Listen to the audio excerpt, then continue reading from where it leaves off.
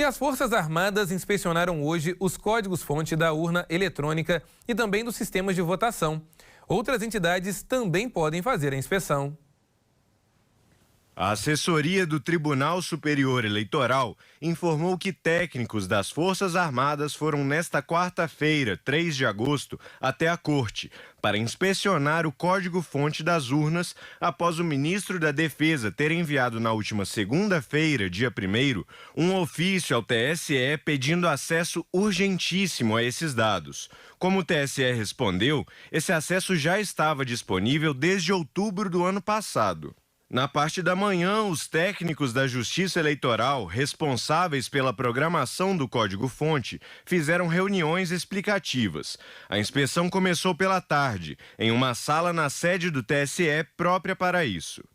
Código-fonte são os comandos e instruções escritos em linguagem computacional que constroem um programa para equipamentos eletrônicos funcionarem.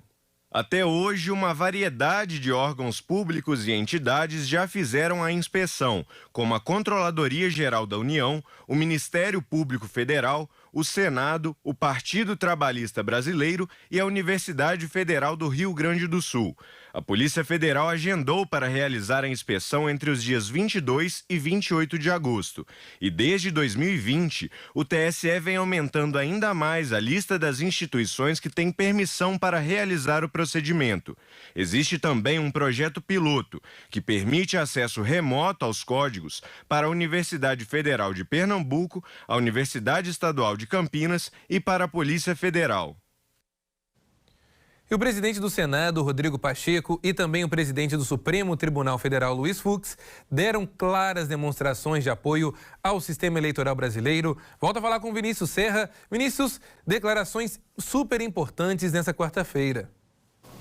Exatamente, né, Elias? Como a gente citou no início do jornal, cada vez mais próximo das eleições, esses discursos são importantes que impactam direto na nossa população e também no sistema democrático, né? Começando pelo Rodrigo Pacheco, ele falou hoje no seu discurso de abertura, né, na primeira sessão após o recesso, né, o recesso legislativo, e ele falou sobre justamente seu favor, né, sua confiança no sistema democrático e também nas urnas eletrônicas. Ele falou que confirma completamente nesse sistema, na verdade até citou, né, vou abrir aspas para ele aqui.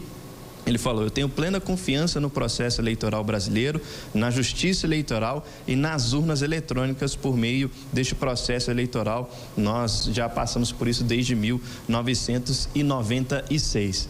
Ele falou também em relação ao TSE, elogiou o presidente do TSE e disse que confirma também essa confiança, né, neste processo, e também ele demonstrou uma preocupação em relação ao acirramento entre os eleitores, essa questão que tem preocupado também as autoridades em relação a brigas, né, diferenças, divergências entre as opiniões, mas que isso deve ficar apenas na discussão, no debate, e isso não pode ser levado de forma mais assintosa para frente. Então, ele acredita, né, que isso deva ser colocado apenas em debates mesmo, que as pessoas possam discutir de forma natural.